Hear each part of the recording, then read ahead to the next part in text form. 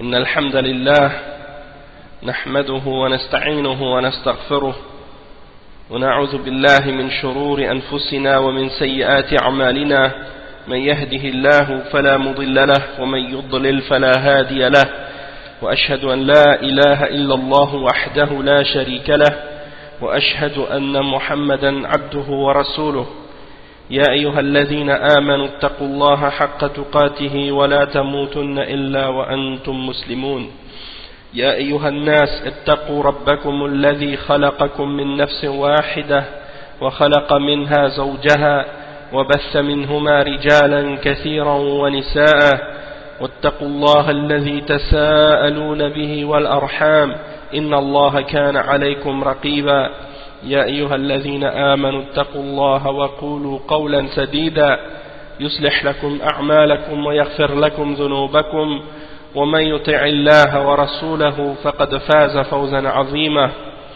أما بعد وإن خير الكلام كلام الله وخير الهدي هدي محمد صلى الله عليه وسلم وإن شر الأمور محدثاتها وكل محدثة بدعة وكل بدعة ضلالة وكل ضلالة في النار أما بعد.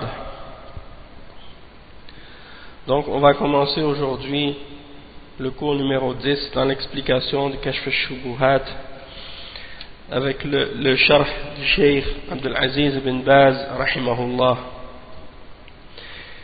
Et donc on commence à partir de la lecture du texte de Kashf al-Shubuhat écrit par le Cheikh Mohammed ibn Abdul Wahhab.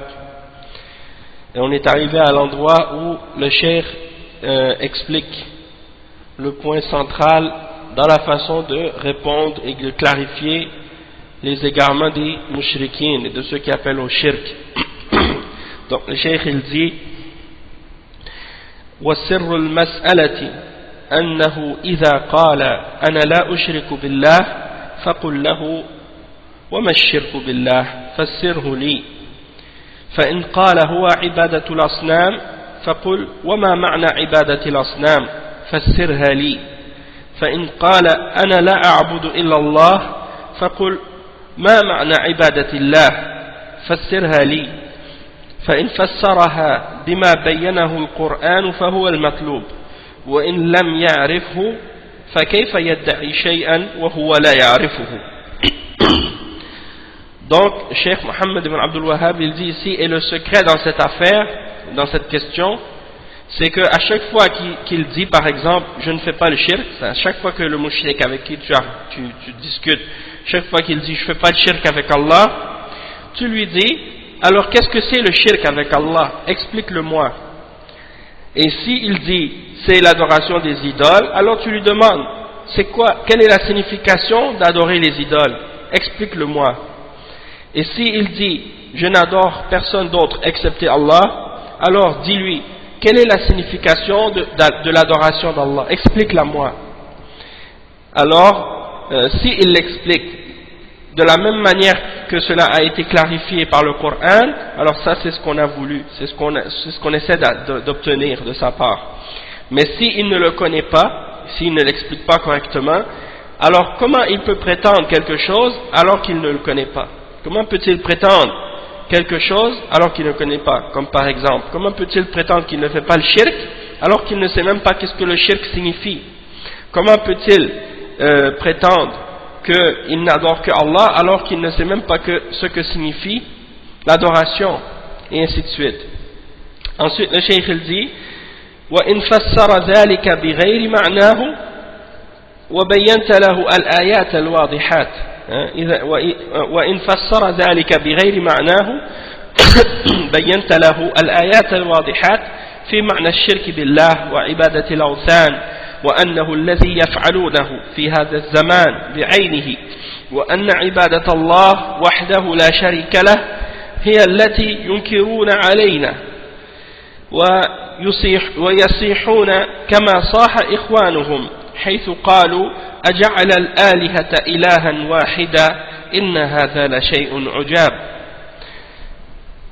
Donc le cheikh il dit ensuite, si la personne donc après il a expliqué précédemment, il a dit donc s'il l'explique selon la manière que cela est expliqué dans le Coran, donc c'est ce qu'on a voulu, c'est ce qu'on veut atteindre, c'est ce qu'on veut obtenir, mais s'il ne le connaît pas, comment peut-il prétendre quelque chose alors qu'il ne le connaît pas? Et s'il l'explique d'une manière qui est contraire à la réalité et à la vérité, alors dans ce cas-là, tu lui clarifies avec les versets qui sont explicites et qui sont clairs. Tu lui expliques à l'aide des versets la signification du shirk, de faire le shirk avec Allah. Tu lui expliques la signification de l'adoration des idoles. Et que tu lui expliques que c'est exactement ce qu'ils font aujourd'hui à notre époque, lorsqu'ils prient les morts et qu'ils prient les saints et qu'ils adorent les tombes et qu'ils font le tawaf autour des tombes et qu'ils sacrifient des animaux pour les morts et qu'ils font toutes sortes d'autres exemples d'adoration, comme le fait d'appeler au secours les saints et les awliya et les salihin, de les appeler au secours dans les moments de détresse par exemple, ou bien par exemple de faire des vœux pieux par rapport à eux et des choses de ce genre. Donc tu leur expliques que ce qu'ils font c'est exactement le shirk que faisaient les premiers, et tu leur dis que l'adoration d'Allah seul sans associer, c'est ça qu'ils nous c'est de ça qu'ils nous critiquent, c'est-à-dire la chose de laquelle ils nous blâment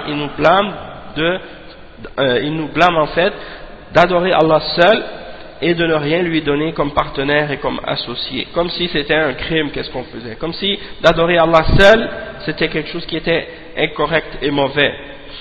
Et ils crient contre nous de la même manière que leurs frères ont crié lorsque on leur a demandé de dire la ilaha illallah. Ils ont répondu en disant: est-ce qu'il a fait de toutes nos divinités une divinité unique? Cela est certes une chose étrange. Et ça c'est le verset 5 dans Surat Sad.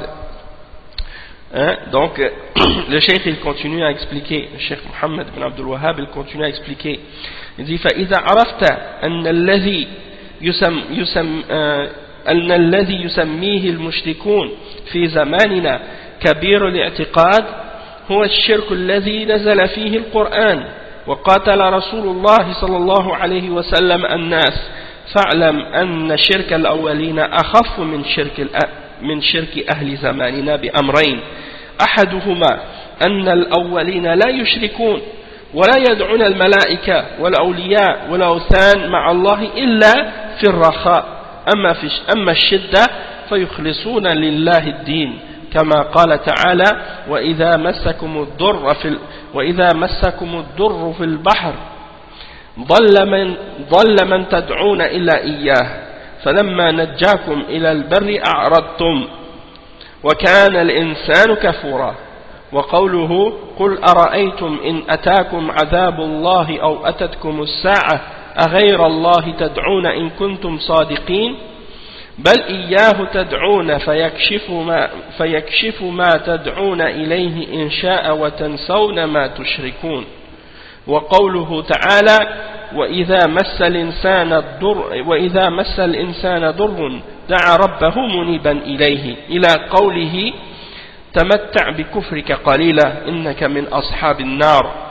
وقوله تعالى: وإذا غشيهم موج كالظلل دعوا الله مخلصين له الدين.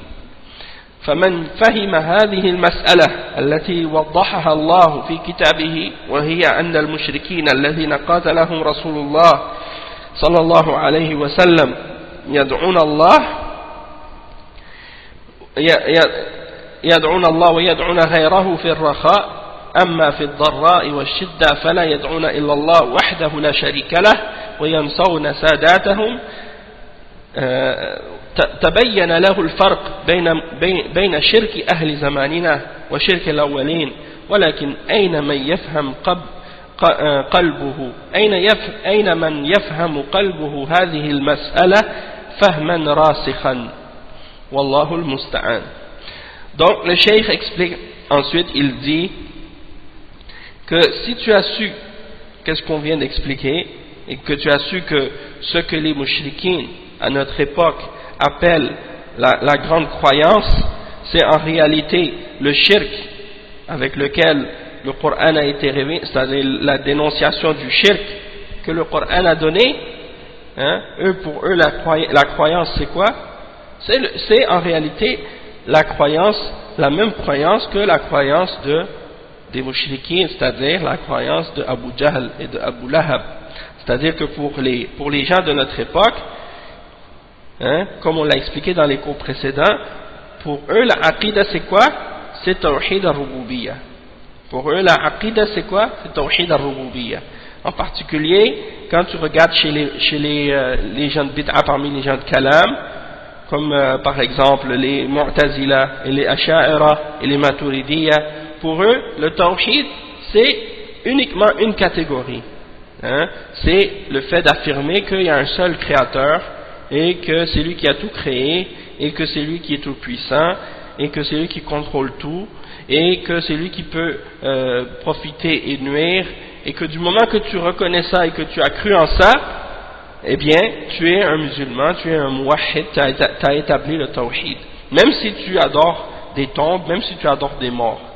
Donc, c'est pour ça que le cheikh dit ici, que si tu as su ça, et que tu as su que ce que les mouchriquins à notre époque, les gens qui adorent autre que Allah à notre époque, c'est ça qu'ils appellent la grande croyance, hein, alors que c'est en réalité le shirk avec lequel le Coran a été révélé, c'est-à-dire c'est ça que le Coran a clarifié, comme l'exemple des mouchriquins, qu'est-ce qu'ils faisaient à l'époque du prophète sallallahu alayhi wa sallam, et même qu'est-ce qu'ils faisaient auparavant, c'était justement de prendre des intermédiaires entre eux et Allah, et de, quand même malgré ça, ils croient en l'existence de Dieu, et ils croient que Dieu est unique, mais malgré tout, hein, ils prennent des intermédiaires entre eux et Allah, et des intercesseurs.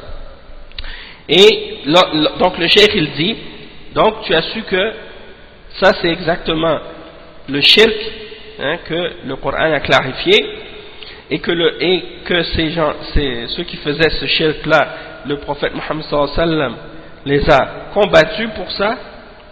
Alors sache que le shirk des premiers mouchriquins, ceux qui le faisaient à l'époque du prophète sallallahu alayhi wa sallam et avant, eh bien leur shirk était moins grave que le shirk des mouchriquins à notre époque qui adorent les morts et les saints. Et la raison pour laquelle leur shirk, le shirk d'avant était moins grave que le shirk d'aujourd'hui, c'est pour deux exemples. La première exemple, le cheikh il dit, c'est parce que les premiers mouchriquins, ils ne faisaient pas c'est-à-dire ils adoraient autre que Allah subhanahu wa ta'ala, comme ils priaient les anges, ils priaient les awliya, hein, ils priaient les anges, ils priaient les awliya, ils priaient les idoles avec Allah, mais ils le faisaient uniquement dans les moments d'aisance, hein, quand ils étaient en sécurité. Quand ils étaient en sécurité chez eux, dans leur maison, quand tout était correct, hein, là ils faisaient le shirk. Mais quand ils avaient des moments de difficulté ou de détresse ou de danger, ils adoraient Allah seul. Ils abandonnaient leurs idoles et ils retournaient à Dieu, hein, ils retournaient à Allah subhanahu wa ta'ala. Et le cheikh à ce sujet-là, il mentionne plusieurs versets pour prouver ce point-là dans le Coran. Donc il mentionne premièrement le verset 67 dans Surat Al-Isra, dans lequel Allah subhanahu wa ta'ala clarifie ce point-là. Et il mentionne justement, il dit, et quand le mal vous touche en mer, ceux que vous invoquiez en dehors de lui se perdent. Puis quand il vous sauve et vous ramène à terre, c'est-à-dire sur la terre ferme, vous vous détournez, l'homme reste très ingrat. Donc c'est-à-dire quand ils sont dans la mer et qu'ils ont un mal qui les touche dans la mer, là ils oublient toutes les idoles qu'ils adoraient, ils adorent Allah seul. Puis quand Allah subhanahu wa ta'ala les a sauvés et les a ramenés sur la terre ferme, ils se détournent d'Allah subhanahu wa ta'ala et ils retournent à l'idolâtrie. Hein? L'homme reste très ingrat. Et il mentionne également un autre verset à ce sujet-là dans Surat Al-An'am. Hein? Dans Surat Al-An'am, dans lequel Allah subhanahu wa ta'ala il dit, c'est le verset 40 et 41, hein, dans Surat Al-An'am, qui a la même signification à peu près que la signification du verset précédent qu'on a mentionné. C'est-à-dire, dis, ô Muhammad, informez-moi si le châtiment, donc il s'adresse aux mushrikines, Allah subhanahu wa ta'ala dit au prophète, dit au Muhammad, à ces mushrikoun, informez-moi si le châtiment d'Allah vous vient ou que vous vient l'heure, c'est-à-dire l'heure du jugement, ferez-vous appel à autre que Allah si vous êtes véridique? C'est plutôt à lui que vous ferez appel, puis il dissipera s'il veut l'objet de votre appel et vous oublierez ce que vous lui associez. Donc ça c'est l'exemple comment les mushrikoun étaient à l'époque, hein? Quand ils avaient des difficultés, quand ils avaient un besoin, ils adoraient Allah seul. Puis quand Allah subhanahu wa ta'ala les délivrait de ce pourquoi ils appelaient et de ce pourquoi ils invoquaient, eh bien voilà qu'ils oubliaient Allah subhanahu wa ta'ala et qu'ils retournaient, hein, à leur shirk. Et également le verset dans Surat Az-Zumar, le verset 8 dans Surat Az-Zumar, وَإِذَا مَسَّ الْإِنسَانَ ضُرٌّ, lorsqu'un mal touche à l'homme, hein, il invoque son Seigneur en retournant repentant à lui. Hein, quand un malheur touche l'homme, il appelle son Seigneur en se tournant vers lui. Puis quand il lui accorde un bienfait de sa part, il oublie la raison pour laquelle il faisait appel et il assigne des égaux à Allah afin d'égarer de son chemin. Dis, jouis de ta mécréance un court moment, tu fais partie des gens du feu. Hein, donc ça c'est un autre exemple. Un autre exemple de l'attitude de ces gens-là, comment ils agissent avec Allah subhanahu wa ta'ala. Et un autre exemple aussi qui est mentionné, c'est le verset 32 dans Surat Luqman. Le verset 32 dans Surat Luqman, où Allah subhanahu wa ta'ala dit justement à ce sujet-là, وَإِذَا غَشِيَهُمْ مَوْجٌ كَالظُّلَلِ دَعَوُا اللَّهَ مُخْلِصِينَ لَهُ الدِّينَ. Donc quand ils sont recouverts par une vague, hein, qui est très grande, comme des ombres, hein, qui les recouvrent dans la mer, ils invoquent Allah, lui vouant un culte exclusif, c'est-à-dire ils adorent Allah subhanahu wa ta'ala et leur adoration est exclusivement à lui. Puis lorsqu'il les a sauvés en les ramenant vers la terre ferme, certains d'entre eux deviennent réticents, mais le seul grand maître mais seul le grand traître et le grand ingrat renient nos signes. Donc ça c'est l'attitude des gens de l'époque. Quand ils faisaient le shirk dans les moments de difficulté, dans les moments d'aisance. Et dans les moments de difficulté, ils oubliaient le shirk qu'ils faisaient et ils adoraient Allah seul. Donc le cheikh il dit, celui qui a compris ça, qui a compris cette question-là, hein, que Allah subhanahu wa ta'ala a clarifié dans son livre, c'est-à-dire que les mushrikoun que le prophète sallallahu alayhi wa sallam a combattu invoquaient Allah, hein, et ils invoquaient Allah et ils invoquaient d'autres que lui dans les moments d'aisance. Mais dans les moments de difficulté et dans les moments de malheur, là ils invoquaient Allah, que Allah, hein, ils invoquaient Allah subhanahu wa ta'ala lui seul et ne lui donnaient aucun associé ou partenaire, et ils oubliaient leurs idoles et tout ce qu'ils adoraient en dehors d'Allah dans ces moments-là. Donc on voit ici, le cheikh dit, on voit clairement la distinction entre le shirk des gens de notre époque et les shirks des premiers parmi les mushrikines. C'est-à-dire que les mushrikines de notre époque, ils font le shirk sans distinguer que ce soit un moment d'aisance ou de distinction, ou un moment d'aisance ou de difficulté. Ils font le shirk dans toutes les circonstances, dans les moments d'aisance et dans les moments de difficulté aussi. Hein? Tandis que à l'époque, les mushrikoun, non, faisaient le shirk seulement dans les moments d'aisance. Et à notre époque même, on remarque que les mushrikoun font encore plus de shirk dans les moments de difficulté qu'en temps normal. Donc c'est pour montrer que les mushrikoun de notre époque, leur shirk est plus grave encore que le shirk des premiers mushrikines. Et le cheikh il dit وَلَكِنْ أَيْنَمَا يَفْهَمْ قَلْبُهُ هَذِهِ الْمَسْأَلَةِ فَهْمًا رَاسِخًا وَاللَّهُ الْمُسْتَعَانِ. Donc le cheikh il pose une question. il dit mais où est la personne dont le cœur comprend cette question-là d'une compréhension qui est ferme et bien ancrée, hein? Wallahu al-musta'an.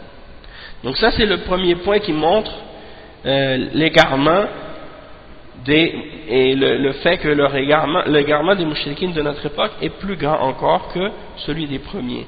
Le deuxième point que le cheikh mentionne, il dit al-amr al-thani wal-amr al-thani anna al-awwalina yad'una ma'a Allah unasan muqarrabina 'inda Allah imma anbiya wa imma awliya wa imma malaika aw yad'una ashjaran aw ahjaran muti'atan lillahi laysat 'asiyah وأهل زماننا يدعون مع الله أناسا من أفسق الناس والذين يدعونهم هم الذين يحكون عنهم الفجور من الزنا والسرقة وترك الصلاة وغير ذلك والذي يعتقد في الصالح أو الذي لا يعصي مثل الخشب والحجر أهون ممن يعتقد في من يشاهد fisquhu wa fasaduhu wa yashhadu bihi. Donc le cheikh il mentionne l'exemple pourquoi le shirk des gens de notre époque est plus grave que le shirk des premiers parmi les mouchriquins, hein? Le deuxième point c'est quoi? C'est que les premiers mouchrikoun ils faisaient le shirk avec en invoquant d'autres personnes avec Allah subhanahu wa ta'ala qui faisaient partie des créatures qui sont rapprochées d'Allah. Soit qu'ils invoquaient des prophètes, soit qu'ils invoquaient des hommes pieux, soit qu'ils invoquaient des anges, soit qu'ils invoquaient ou ils appelaient des arbres ou des pierres qui sont créées par Allah, qui obéissent à Allah subhanahu wa ta'ala, qui ne sont pas des pécheurs, hein? Donc même si ça c'est du shirk, hein? Mais c'est moins grave par rapport au shirk de ceux qui sont venus par la suite, puisque les gens de notre époque, le cheikh il dit les gens de notre époque, hein, ils invoquent d'autres avec Allah qui sont parmi les hommes les plus pécheurs, les plus pervers, hein. Donc ceux qu'ils invoquent, et le cheikh il dit walladhina yad'unahum, ceux qui les invoquent, ces personnages pervers, eh bien ce sont eux-mêmes qui mentionnent à leur sujet la perversité, la fornication, l'adultère qu'ils font, le vol et également l'abandon de la prière et d'autres péchés de ce genre. Donc le cheikh dit celui qui croit en une personne qui est pieuse, hein, ou une personne qui ne fait pas de péché, ou une chose qui ne fait pas de péché comme un morceau de bois ou une roche, hein, ça ne fait pas de péché. Ça c'est moins grave que celui qui croit ou qui a une croyance en quelqu'un qu'il est en train de le voir en train de faire des perversités et en train de le voir faire ce qu'il fait et qui témoigne de ces péchés-là et de cette perversité-là, hein? Et à quoi le cheikh ici fait référence? Il fait référence aux awliya des soufis qui sont parfois parmi des gens qui vivent dans les dépotoirs, dans les poubelles, dans les déchets, avec les chiens, avec les saletés, avec les impuretés, dans l'urine et les excréments et toutes sortes d'autres impuretés, et ils font toutes sortes de crimes et de péchés. Ils vivent parfois ils font des vols, ils utilisent toutes sortes de ruses pour tromper les gens, ils font de la magie, même parfois de la sorcellerie, hein? Et qu'est-ce qu'ils font aussi? Par exemple, parfois on les voit par exemple abandonner la prière. Ils font pas la prière, et quand on leur demande mais pourquoi vous priez pas, ils disent non, moi ça y est, j'ai atteint un niveau que j'ai plus besoin de prier maintenant. Ou bien ils vont dire moi j'ai déjà prié, je suis parti à la Mecque puis je suis revenu, alors qu'il n'a pas bougé de sa place, hein, ou des choses de ce genre. Ou bien tu le vois en train de boire de l'alcool ou des choses de ce genre, et puis ils prétendent que c'est pas de l'alcool, que c'est autre chose, que quand il boit le vin ou l'alcool, quand ça arrive dans sa bouche, ça se transforme en lait ou en eau ou en d'autres matières. Et les gens qui mentionnent ces choses-là dans les livres des soufis, ils mentionnent ça comme étant des miracles, hein? Ils mentionnent ça comme étant des miracles. Ils disent oh notre cheikh il a fait la prière, il a fait la prière tout nu, c'est-à-dire sans aucun vêtement, ou bien il a fait la khutbah sur le minbar, il était nu, il a enlevé tous ses vêtements. Des exemples comme ça, tu vois. Il dit ça c'était des awliya. Donc des choses comme ça. Ça c'est des exemples de perversité de la part de ces gens-là, comment ils font des choses pour soi-disant atteindre un niveau pour devenir un wali, ou pour devenir un saint. Ils croient qu'ils doivent faire ce genre de choses-là pour obtenir ces degrés-là dans la religion. Donc ça c'est en réalité ça vient du shaitan, et c'est des gens qui les ont égarés. Et il y a des livres écrits par les ulama qui mentionnent les exemples de ces croyances-là chez les soufis, et comment ils mentionnent ces choses-là à propos de ceux qu'ils considèrent être des awliya, et c'est écrit dans leurs livres à eux. C'est-à-dire c'est pas des choses qu'on a inventées à leur sujet, c'est des choses qui sont mentionnées dans leurs livres à eux. Et quand on voit des exemples aussi, par exemple, en tout cas il y en a plein qui sont mentionnés comme ça, si vous retournez dans leurs livres vous allez voir, et c'est donc pour montrer la gravité de leur shirk, que le shirk des premiers c'était ils adoraient avec Allah des anges, des prophètes, des hommes pieux, ou des choses inertes qui font pas de mal, qui font pas de péché, comme des roches et des pierres. Tandis que ceux-là, ils adorent en dehors d'Allah des pervers, des pécheurs, des criminels, hein, des sorciers, des menteurs, et ainsi de suite. Donc ça c'est plus grave comme shirk que le shirk des premiers. Donc maintenant on a lu ça ensemble, on va lire maintenant la parole du Cheikh Bin Baz, comment il a commenté à ce sujet, et qu'est-ce qu'il a dit à ce sujet. Le Cheikh Bin Baz il dit rahimahullah: وفي هذا البيان من الشيخ محمد بن عبد الوهاب رحمه الله غاية الإيضاح لمن أراد هدايته في بيان حقيقة الشرك الذي عليه الأولون والذي عليه الآخرون. فإن الأولين شركهم واضح في حال الرخاء، يعبدون الأنبياء والصالحين والأشجار والأحجار والملائكة، فإذا جاءت الشدائد أخلصوا، وهذا حالهم كما بين الله عنهم جل وعلا، كما قال تعالى: فإذا ركبوا في الفلك دعوا الله مخلصين له الدين فلما نجاهم إلى البر إذا هم يشركون. وقال تعالى: وإذا غشيهم موج كالذلل دعوا الله مخلصين له الدين فلما نجاهم إلى البر فمنهم مقتصد وما يجحد بآياتنا إلا كل ختار كفور. وقال تعالى: وإذا مسكم الضر في البحر ضل من تدعون إلا إياه فلما نجاكم إلى البر أعرضتم وكان الإنسان كفورا.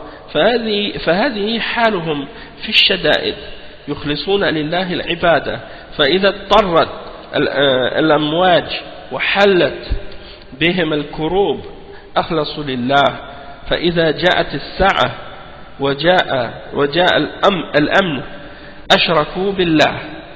أما المتأخرون فشركهم دائم في الرخاء والشدة، بل يشتد شركهم عند الشدائد ويلهجون بيا عبد القادر يا شيخ أحمد البدوي عند الشدائد عند اضطراب الأمواج، عكس ما عليه المشركون الأولون. هؤلاء عند الشدائد يشتد شركهم أيضا، فهؤلاء المتأخرون أيضا. Donc le cheikh explique, il dit, ça c'est une explication de la part du cheikh Mohammed ibn Abdul Wahhab rahimahullah, qui est en fait à la limite de la clarté, tellement que c'est bien expliqué. Pour celui pour qui Allah a voulu la guidance, et qui clarifie et qui explique la réalité du shirk que faisaient les premiers parmi les mushrikines, et également ce que font les derniers d'entre les mushrikines aujourd'hui, et ceux qui vont venir, et ceux qui sont présents de nos jours, et à l'époque du cheikh et aujourd'hui également. Le cheikh il dit فإن الأولين شركهم واضح. Donc les premiers mushrikoun, leur shirk est clair lorsqu'ils sont dans des moments d'aisance.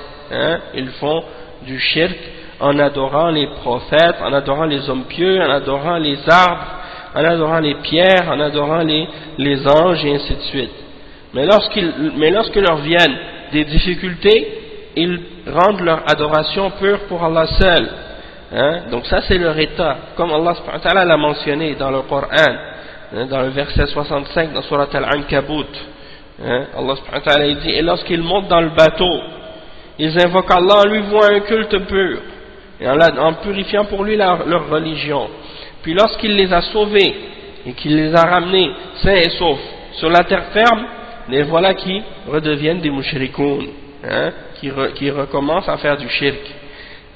Et le verset dans Surat Luqman qu'on a lu tout à l'heure également, que le cheikh avait mentionné, le verset 32 dans Surat Luqman, dans lequel Allah subhanahu wa ta'ala il mentionne à leur sujet, et quand une vague les recouvre comme des ombres, ils invoquent Allah, vouant leur culte exclusivement à lui. Et lorsqu'il les sauve en les ramenant vers la terre ferme, certains d'entre eux deviennent réticents. Donc ça c'est des exemples de la part de ces gens-là, de la part de ces gens qui faisaient le shirk à l'époque. Dans les moments de difficulté, ils arrêtaient de faire le shirk. Également le verset 67 qu'on a lu tout à l'heure, le verset 67 dans Surat Al-Isra, et lorsque un mal vous touche ou un malheur vous touche dans la mer, vous perdez tout ce que vous invoquiez excepté lui, excepté Allah subhanahu wa ta'ala. Puis lorsqu'il vous a sauvé vers la terre ferme, vous vous détournez, c'est-à-dire vous vous détournez d'Allah et vous retournez au shirk, et l'homme est certes un ingrat. Donc ça c'est l'état des mushrikoun dans les moments de difficulté et de malheur. Ils purifient leur adoration pour Allah seul, et lorsqu'ils sont forcés par rapport dans la mer, ils sont entourés par les vagues, et ils voient toutes sortes de malheurs s'approcher d'eux. Là ils purifient leur adoration pour Allah seul.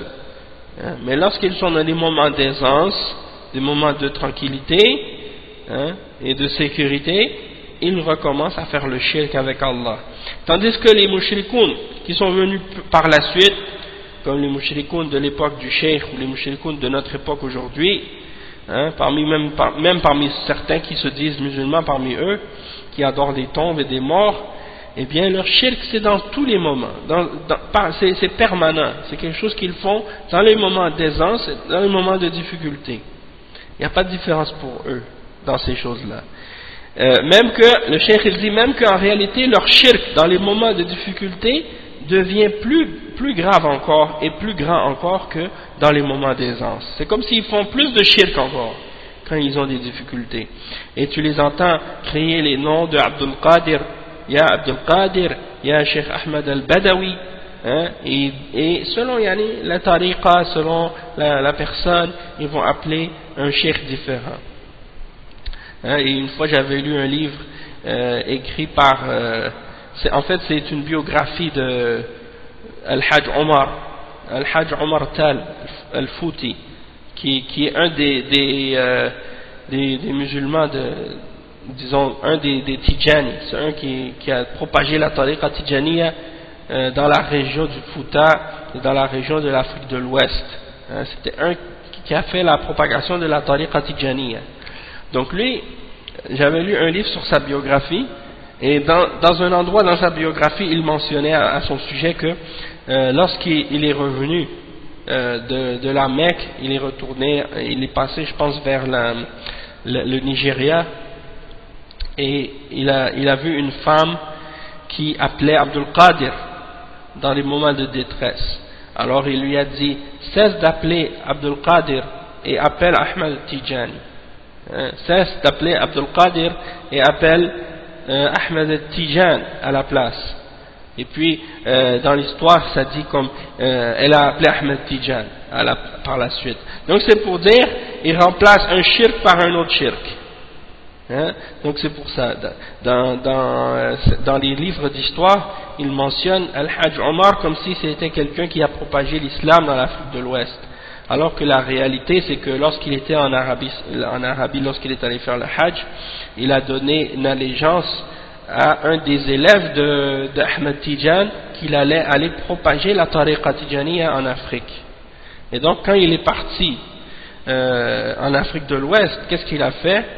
Il a combattu toutes les autres turuq soufiyas pour imposer la sienne. Donc en réalité, c'est pas l'islam qu'il voulait propager, mais plutôt la tariqa Tijaniya. Et donc qu'est-ce qu'ils font? Ils disent aux gens d'appeler Ahmed Tijan au lieu d'appeler les autres shuyukh, hein, dans les moments de détresse. Et ils interdisent à quelqu'un qui entre dans leur tariqa d'appeler un autre cheikh ou de suivre un autre cheikh d'une autre tariqa, ou d'aller visiter la tombe d'un autre cheikh. Ils doivent uniquement visiter des shuyukh de la tariqa Tijaniya seulement. Hein?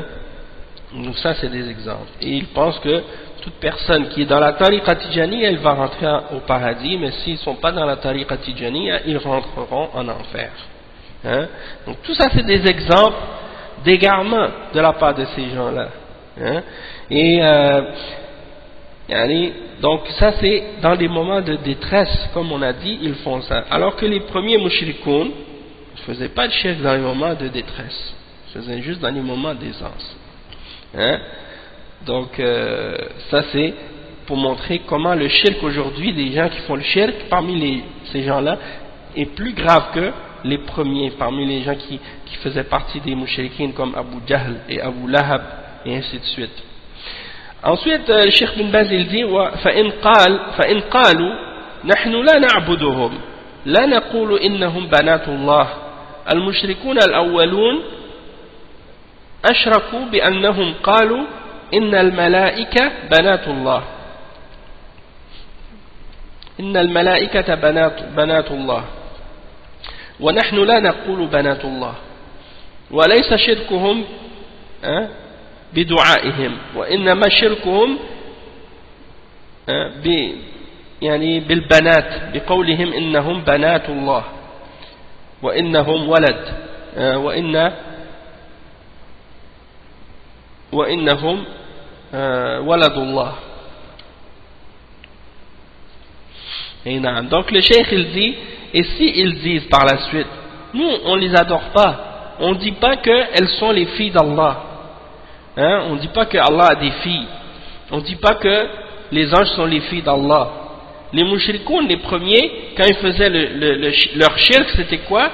Leur shirk c'était de dire que les anges sont les filles d'Allah. Nous on dit pas que elles sont les filles d'Allah, hein? Donc leur shirk, les mushrikoun d'aujourd'hui, un des arguments qu'ils essaient de ramener pour se justifier, pour dire qu'ils ne font pas de shirk, ils disent, eux les premiers mushrikoun, leur shirk c'était en faisant, c'était pas en faisant des invocations, c'était en disant qu'ils sont les filles, elles sont les filles d'Allah, que les anges sont les filles d'Allah, ou bien que Allah a un fils. Ça c'était leur shirk.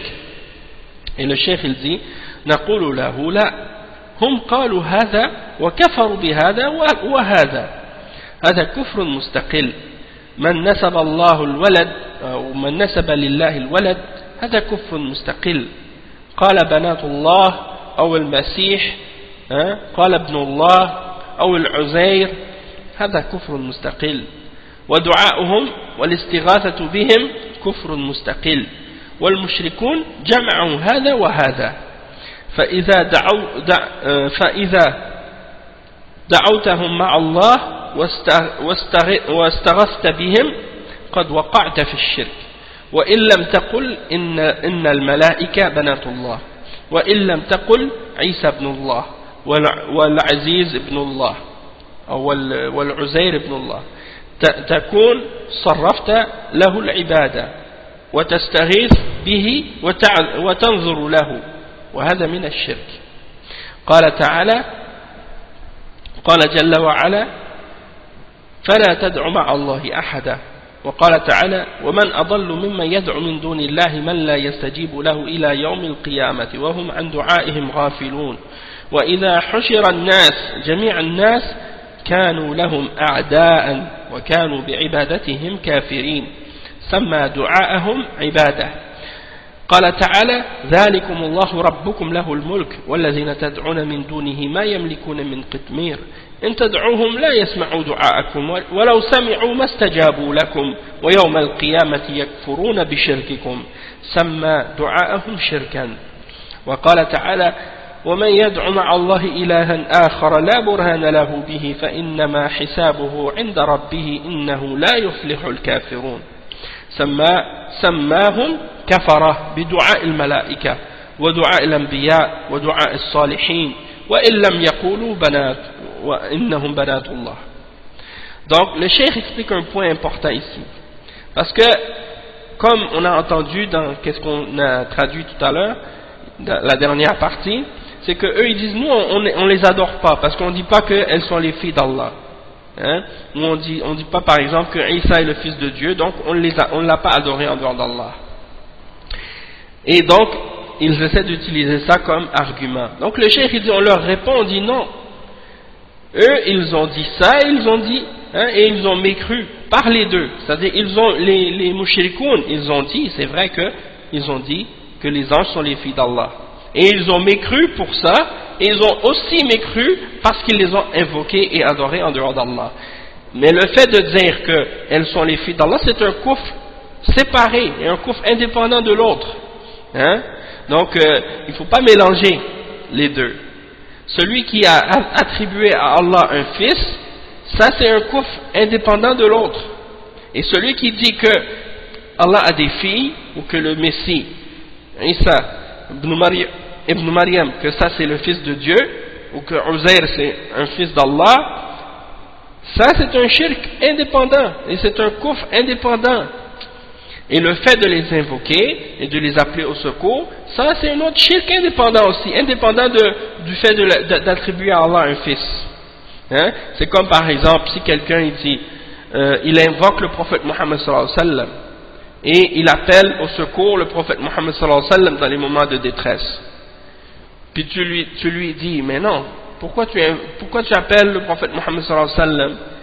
Hein? Tu dois adorer Allah seul, et ça c'est du shirk. Il dit, oui, mais je ne dis pas que le prophète Mohammed sallallahu alayhi wa sallam est le fils d'Allah, donc c'est pas du shirk. Tu lui dis, non, le fait de dire que c'est le fils d'Allah c'est un kufr indépendant et séparé, et le fait de l'invoquer en dehors d'Allah, ça c'est un autre kufr, un autre shirk indépendant du fait de dire que c'est un fils. Et ça me rappelle justement un exemple qui m'est arrivé justement lorsque j'ai entendu des ahbash une fois qui étaient en train de faire la da'wa à un chrétien. Hein? J'étais vraiment étonné parce que je me dis, subhanallah, regarde comment ces gens-là appellent ce chrétien-là à devenir musulman.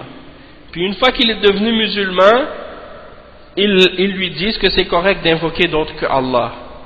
Il dit subhanallah. Donc tu es en train d'essayer de le faire sortir du christianisme pour le faire rentrer dans un autre shirk, dans un autre exemple d'égarement. Hein? Donc je leur ai demandé à ces ahbash, je leur ai dit, si ce chrétien-là, il devient musulman, il accepte l'islam, il dit la ilaha illallah, Muhammad Rasulullah, selon vous, est-ce que si il continue à demander l'aide de Isa et à demander l'aide de Maryam, est-ce qu'il va être quand même musulman? Ils ont dit oui, il va quand même être musulman. J'ai dit subhanallah. Donc ça veut dire que ces gens-là, ils n'ont rien compris à l'islam. Ils ne savent même pas qu'est-ce qui fait rentrer dans l'islam, et ils ne savent même pas qu'est-ce qui fait sortir de l'islam. Un autre exemple de ça, c'est quand j'ai entendu des gens qui suivent Farrakhan, Louis Farrakhan aux États-Unis, ceux qui se font appeler parfois les Black Muslims, Nation of Islam, nous on les appelle Nation of Kufr, parce qu'ils n'ont rien à voir avec l'islam. Donc parmi leurs croyances, c'est qu'ils croient que Elijah Muhammad, il croit que c'était un prophète envoyé aux Noirs américains, à Détroit, au Michigan, et que c'est un messager de Dieu. Donc ça c'est un kufr, hein, séparé. Déjà de croire qu'il y a un prophète après le prophète Mohammed sallallahu alayhi wa sallam, ça c'est un kufr déjà clair. Et ils disaient en plus de ça que il y a un homme qui est venu avant qui s'appelait Fard Mohammed, et c'est lui qui a enseigné l'islam à Elijah Mohammed. Il croit que c'était Dieu en personne qui est venu sur terre, hein? Donc il croit que Dieu est venu sur terre dans la forme de cet homme qui s'appelait Fard Mohammed et qui a enseigné à Elijah Mohammed l'islam et qui a fait de lui un messager et un prophète. Donc ça c'est un autre coffre aussi de dire que Dieu est devenu un homme. Et le plus drôle et le plus incroyable, c'est pas drôle en réalité, c'est très grave, mais c'est pour dire que tu ris de l'idiotie et de la stupidité de ces gens-là d'une certaine façon, parce que ils étaient en train de parler avec un chrétien pour lui dire que Jésus c'est pas Dieu et pour l'appeler à cesser de croire que Jésus est Dieu ou fils de Dieu ou trois en un ou en la Trinité. Je lui ai dit, vous êtes en train de lui dire qu'il doit arrêter de croire en la Trinité et qu'il doit cesser de dire que Jésus est un fils de Dieu ou des choses de ce genre. Ça c'est bien, mais qu'est-ce que vous dites de votre propre croyance à vous lorsque vous dites que Fard Mohammed est devenu un homme, était Dieu qui était devenu un homme sur la terre et qu'il est venu enseigner à Elijah Mohammed? C'est pas la même chose ça? C'est la même chose que qu'est-ce que les chrétiens croient. Donc vous êtes en train de les faire sortir d'une croyance de kufr et de shirk et les ramener vers une autre croyance de kufr et de shirk, hein? Mais c'est comme ça les gens de bid'ah et les gens de kufr et les gens d'égarement, ils se contredisent eux-mêmes tout le temps, hein, constamment, comme ça. Donc tu les vois en train de vouloir réfuter les chrétiens et de leur dire une chose, comme si ils disent, il faut pas dire que Jésus c'est le fils de Dieu, mais de l'autre côté ils permettent d'adorer autre que Allah subhanahu wa ta'ala et d'appeler les morts et d'appeler les saints et d'appeler les prophètes. Donc je leur ai dit, si vous priez à Jésus, à Marie, est-ce que ça c'est du shirk? Ils ont dit non. Le shirk c'est juste si tu dis qu'il est fils de Dieu. Ben ça c'est de l'ignorance et c'est de l'égarement. Et c'est pour ça que le cheikh ici il dit c'est un kufr indépendant et séparé. Ça veut dire que si quelqu'un, un individu quelconque, qu'il soit musulman ou non, il prie autre que Allah subhanahu wa ta'ala, comme par exemple il prie au prophète Mohammed sallallahu alayhi wa sallam, ou il prie à un wali ou à un saint, ou il prie à Isa ibn Maryam ou à sa mère, hein, sans dire que c'est le fils de Dieu, ça c'est shirk. Déjà en soi ça fait sortir de l'islam, c'est kufr, hein. Mais si il rajoute à ça le fait de dire que c'est un fils de Dieu, ça c'est un kufr supplémentaire, hein, c'est un kufr par-dessus l'autre kufr et l'autre shirk. Donc c'est pas le fait de dire seulement qu'il est le fils de Dieu qui est un kufr, et que si tu l'invoques c'est pas grave, comme qu'est-ce que ces gens-là prétendent. Les deux sont deux formes de kufr séparées, et si tu les mets les deux ensemble, ça fait un kufr doublé encore, hein? Ça fait deux kufrs superposés, un par-dessus l'autre. Et c'est ça que ces gens-là n'ont pas compris, parce qu'ils n'ont rien compris du tawhid, hein? Le premier c'est une forme de shirk dans al-rububiyyah, et le deuxième c'est une forme de shirk dans al-uluhiyyah. Al-rububiyyah c'est le shirk quand associé avec Allah dans la souveraineté et dans la seigneurie, que du fait de croire que, hein, tu attribues à Allah subhanahu wa ta'ala un fils ou des choses de ce genre. Ça c'est un shirk dans al-rububiyyah. Et l'autre shirk c'est un shirk dans l'adoration, que tu invoques d'autres que Allah subhanahu wa ta'ala. Donc si tu fais un shirk dans al-rububiyyah puis que tu associes avec Allah subhanahu wa ta'ala dans la création ou dans le fait d'avoir un fils ou des choses comme ça, tu attribues à Allah un fils, ça c'est un kufr indépendant. Et si tu invoques d'autres que Allah et tu adores d'autres que Allah, ça c'est un kufr indépendant aussi. Donc ça c'est très important à comprendre. Le cheikh il dit donc, il dit نعم هذا كفر مستحيل والمشركون جمعوا هذا وهذا. Les mushrikoun ils ont réuni les deux formes de kufr, le kufr d'attribuer à Allah subhanahu wa ta'ala un fils et le kufr d'adorer autre que Allah et d'offrir à autre que Allah une forme quelconque d'adoration. فإذا دعوتهم مع الله, donc si tu les as invoqués ou appelés en dehors d'Allah ou avec Allah et que tu les as appelés au secours, hein, et tu les appelles dans des moments de détresse pour qu'ils viennent te sauver alors qu'ils sont morts dans leur tombe, hein, alors là tu es tombé dans le shirk. Même si tu n'as pas dit à leur sujet, ou même si tu n'as pas dit à propos des anges qu'elles sont les filles d'Allah, même si tu n'as pas dit à propos de Isa que c'est le fils d'Allah, ou à propos de Uzair que c'est le fils d'Allah, du moment que tu as offert à autre que à Allah une forme quelconque d'adoration, comme par exemple d'appeler au secours autre que Allah dans les moments de détresse, dans des choses que seul Allah peut faire, ou bien de faire des vœux pieux pour autre que Allah, dans ce cas-là tu as commis du shirk. Et il mentionne des preuves à ce sujet-là, comme le verset 18 dans Surat Al-Jinn, dans lequel Allah subhanahu wa ta'ala dit « Et n'invoquez personne avec Allah ». Et le verset 5 et 6 dans Surat Al-Ahqaf, et qui est plus égaré que celui qui invoque en dehors d'Allah, celui qui ne peut ni lui répondre jusqu'au jour de la résurrection, et qui sont insouciants et indifférents de leurs invocations. Et lorsque les hommes seront ressuscités, tous les hommes, hein, ils seront des ennemis pour eux, et ils renieront leur adoration pour eux. Donc Allah subhanahu wa ta'ala a appelé leur invocation une adoration. Dans ce verset-là, il a mentionné comme étant du kufr, hein, et du shirk. Le verset 13 et 14 dans Surat Fatir, Allah subhanahu wa ta'ala il dit, hein, ainsi est Allah votre Seigneur, à lui appartient la royauté. Et ceux qu'ils invoquent en dehors de lui, ils ne possèdent même pas la pellicule qui recouvre le noyau d'une date. S'ils les invoquent, ils ne les entendent pas. C'est-à-dire, si vous les invoquez, c'est-à-dire vous invoquez ces idoles ou ces hommes pieux ou ces morts ou des choses de ce genre, ils ne peuvent pas entendre votre invocation. Et même s'ils pouvaient entendre votre invocation, ils ne sauraient pas vous répondre et vous exaucer. Et au jour de la résurrection, ils renieront le shirk que vous faisiez avec eux. Donc Allah a appelé leur invocation du shirk dans ce verset-là. Et dans le verset 117 dans Surat Al-Mu'minun, Allah subhanahu wa ta'ala dit et quiconque invoque avec Allah une autre divinité au sujet de laquelle il n'y a aucune preuve, alors son jugement n'appartient qu'à Allah, hein, et certes il ne donne pas le succès aux mécréants, hein, et quand Allah dit et son jugement appartient à Allah, ça c'est une menace, c'est-à-dire que son châtiment est tellement grave et tellement grand que, hein, c'est pour nous dire son jugement appartient à Allah, parce que son jugement est très très grave et tellement grand, hein, tellement sérieux.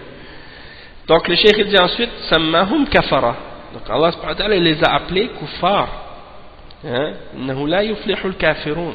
Allah subhanahu wa ta'ala les a appelés kuffar parce qu'ils ont invoqué les anges, parce qu'ils ont invoqué les prophètes, parce qu'ils ont invoqué les hommes pieux, hein, même s'ils n'ont pas dit qu'elles sont des filles d'Allah, même s'ils ne disent pas qu'elles sont des fils ou des filles d'Allah, hein.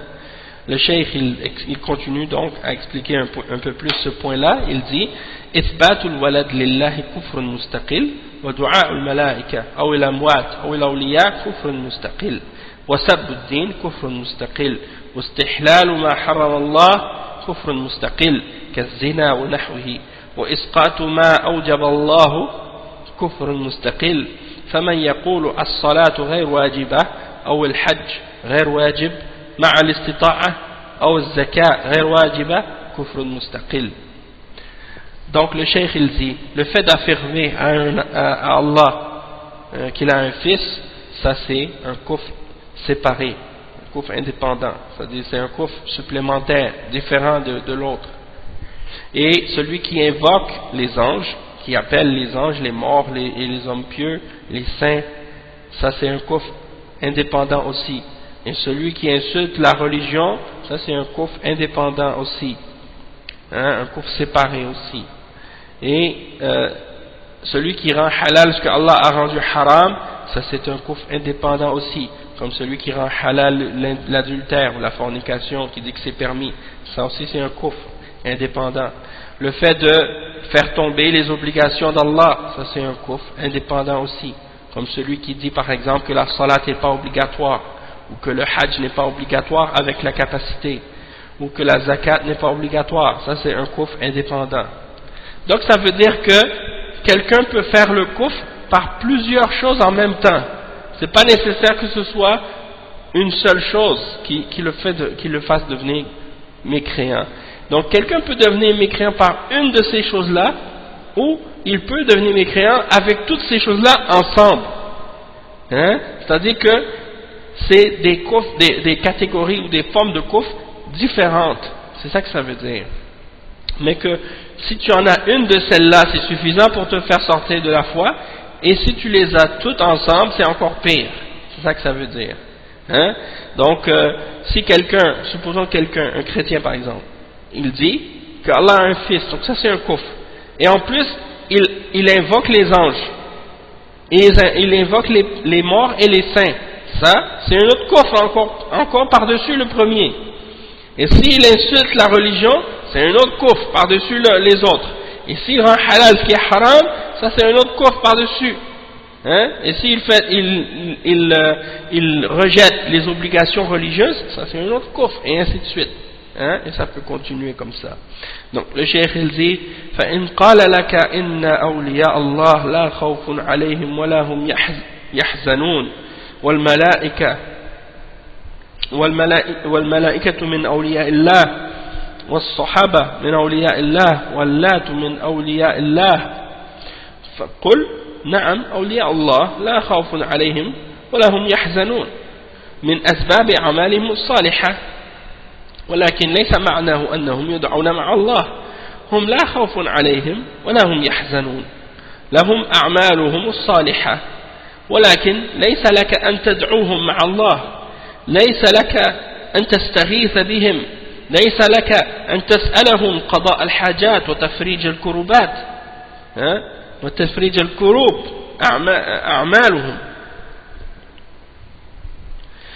لهم كرامات ولهم أعمال صالحة ولكن ليس لك أن تدعوهم وأن تشرك بهم بل الذي عليك أن تحبهم في الله وأن تتأسى بهم في الخير ولكن ليس لك أن تدعوهم من دون الله كما أنه ليس لك أن تدعو الأنبياء والصالحين لكونهم أولياء الله حق لكن هذا لا يوجب أن يدعوا مع الله كما أن الرسل والأنبياء حق ولكن يدعون مع الله لا يدعون مع الله ولا يستغاث بهم هذا يتضح بطلان هذه الشبه وأن المشركين في ضلال بعيد وفي عمى عن الحق كما قال جل وعلا صم بكم عمي وقال تعالى أم تحسب أن أكثرهم يسمعون أو يعقلون إنهم إلا كالأنعام بل هم أضل سبيلا وقال تعالى ختم الله على قلوبهم وعلى سمعهم وعلى أبصارهم غشاوة ضلوا عن الهدى ولم يفهموا الحق مع بيان الله وقال تعالى وما كان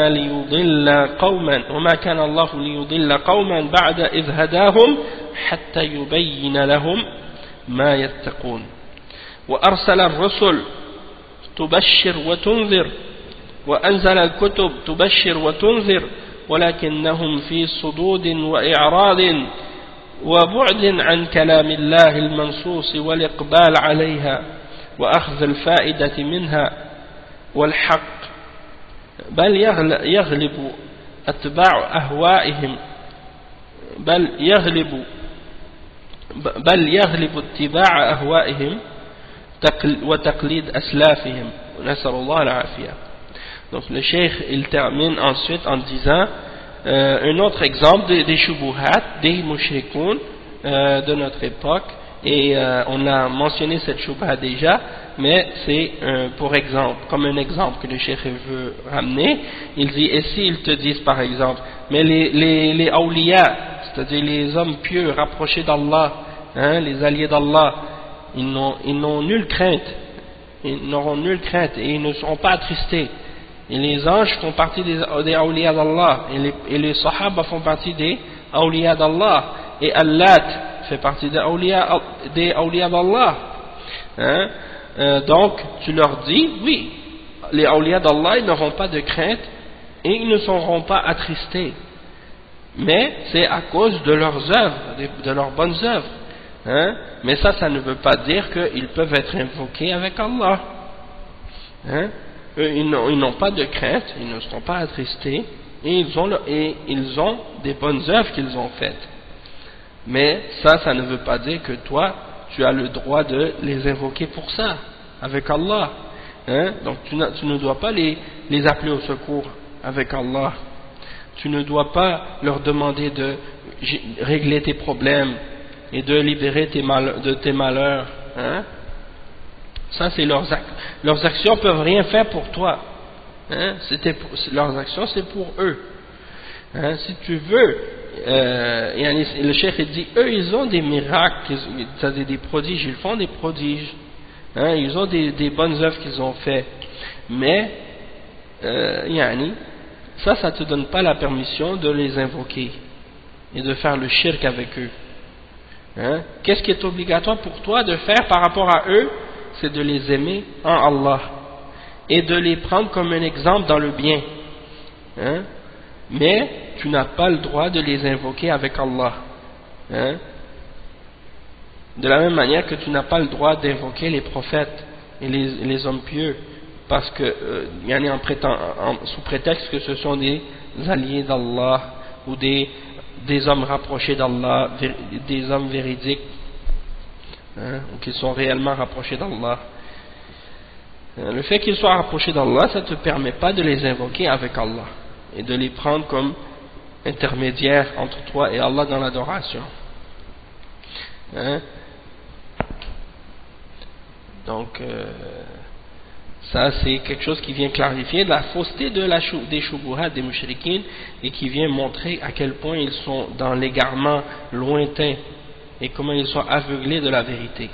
Et Allah subhanahu wa ta'ala parle de ça, et il mentionne à leur sujet qu'ils sont sourds, muets et aveugles dans le verset 18 dans Surat Al-Baqarah, et il dit dans le verset 44 dans Surat Al-Furqan, est-ce que tu penses que la plupart d'entre eux écoutent, hein, ou réfléchissent?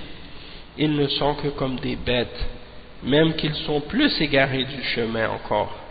Et le verset 7 dans Surat Al-Baqarah, dans lequel Allah subhanahu wa ta'ala dit, Allah a scellé leur cœur et leurs ouïes, et il a mis un voile sur leurs yeux. Donc ils se sont égarés de la guidance, hein, et ils ne comprennent pas la vérité, alors que Allah subhanahu wa ta'ala l'a clarifié clairement. Et le verset 115 dans Surat Tawbah, dans lequel Allah subhanahu wa ta'ala dit, Allah subhanahu wa ta'ala ne va pas égarer, Allah ne va pas, Allah subhanahu wa ta'ala ne va pas égarer un peuple après les avoir guidés jusqu'à ce qu'il leur ait clarifié ce qu'ils doivent craindre. Et il dit donc qu'Allah a envoyé les messagers comme annonciateurs de bonnes nouvelles et comme avertisseurs, et il a fait descendre les livres pour annoncer une bonne nouvelle et pour avertir, hein, contre le châtiment. Mais ces gens-là se détournent de la vérité et du message d'Allah, et ils s'éloignent de la parole d'Allah subhanahu wa ta'ala, hein, et des textes de la révélation, et ils refusent donc de se tourner vers qu'est-ce que Allah subhanahu wa ta'ala a révélé, et ils refusent de prendre les points bénéfiques et la vérité qui sont mentionnés dans ce qu'il a révélé. Et ces gens-là se laissent prendre par leur passion et par également les traditions de leurs ancêtres qui sont contraires à la vérité également. Nasallallahu al-afiyah. Donc ça c'est la fin donc de l'explication du Cheikh Ibn Baz par rapport à ce point-là. Qu'est-ce qu'on va faire maintenant? Inch'Allah, on va lire ensemble les questions.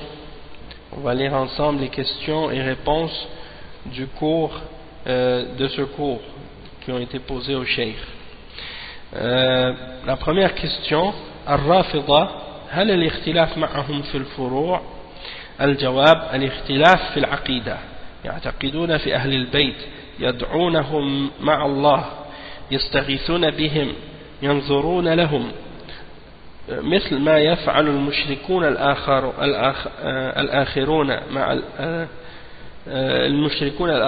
مع اللات والعزى والملائكة والأنبياء والصالحين.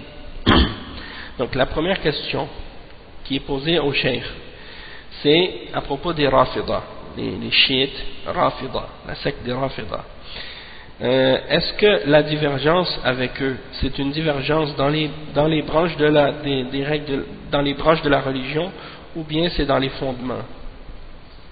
Donc le cheikh, il répond en disant que c'est une divergence dans les fondements, c'est une divergence dans la croyance, du fait que eux, ils ont une croyance à propos de la famille du prophète sallallahu alayhi wa sallam. Ils croient, par exemple, à propos des descendants de Ali radiyallahu anhu, qu'ils ont des pouvoirs divins, et qu'ils ont des caractéristiques divines, comme par exemple ils pensent qu'ils connaissent l'invisible et qu'ils contrôlent les atomes du monde, et ainsi de suite. Donc ils ont une croyance à propos de leurs 12 imams, qui sont les 12 descendants de Ali radiyallahu anhu. Donc ça, c'est un exemple de croyance à propos de ces êtres humains-là, qui est semblable à la croyance des chrétiens vis-à-vis de Jésus, Isa ibn Maryam. Et en plus, ils les adorent en dehors d'Allah. Donc ils les prennent comme des êtres qui méritent l'adoration. Ils les invoquent en dehors d'Allah, ils les appellent au secours en dehors d'Allah quand ils ont des malheurs. Ils font des vœux pieux pour eux à leur tombe, et ils aiment élever les tombeaux et même construire des tombes, construire des mosquées sur les tombes. Et en réalité, ce sont eux qui ont commencé cette innovation dans la Ummah. Ce sont eux qui ont commencé cette bid'a dans la Ummah, de construire des mosquées et des mausolées et des dômes sur les tombes des hommes pieux. Ça, c'est eux qui ont commencé ça. Et puis après, les soufis, ils ont pris ça, ils l'ont ramené un peu partout dans le monde musulman par la suite. Donc ça, c'est par rapport, ça c'est leur exemple de shirk qu'ils font. Et ils font donc, le cheikh dit, ils font exactement la même chose que les autres mushrikoun faisaient. Qu'est-ce qu'ils faisaient avec leurs idoles, Al-Lat et Al-Uzza, et avec les anges et les prophètes et les hommes pieux. Le cheikh, il dit ensuite, السؤال ما حكم هذا الشخص الذي يقول هذا الكلام؟ الجواب يبين له إنه جاهل بعقيدتهم، ويوضح له ما هي عقيدتهم الغلو في آل البيت، الغلو في علي على الأخص، والحسن والحسين وفاطمة وبنات النبي صلى الله عليه وسلم، لا سيما الحسن والحسين وعلي، ويزعمون أنهم ينفعون من استغاث بهم ويخلصونه وينجونه من عذاب الله، وأن الله جعل لهم كرامة. وبعضهم يعتقد أن عليا هو النبي، وأن جبريل خان الرسالة، ويسمونهم المخونة. وبعضهم يغلو فيه أنه إذا دعوه نفعهم، وإذا استغاثوا كشف كربتهم، ولهذا كثير منهم يقول يا علي يا علي، وإذا قام وإذا قعد يا حسين يا حسين يا فاطمة، مثل ما نقول يا الله يا الله. Subhanallah. Donc le cheikh, il dit, la question ensuite qui a été posée, quel est le verdict au sujet de la personne qui dit cette parole, c'est-à-dire la personne qui dit que la divergence qu'on a avec les Rafida, c'est seulement dans les branches, certaines règles ou certaines pratiques de la religion, c'est pas dans les fondements. Qu'est-ce qu'on dit à propos de cette personne? Le cheikh, il dit, on clarifie que on lui clarifie à cette personne qu'elle est ignorante de leur croyance, et on leur clarifie quelle est leur croyance. Leur croyance, c'est l'exagération au sujet de la famille du prophète sallallahu alayhi wa sallam, et l'exagération à propos de Ali en particulier radiyallahu anhu, et aussi à propos de Al-Hassan ou Al-Hussein et de Fatima et les filles du prophète sallallahu alayhi wa sallam, et en particulier Al-Hassan ou Al-Hussein et Ali.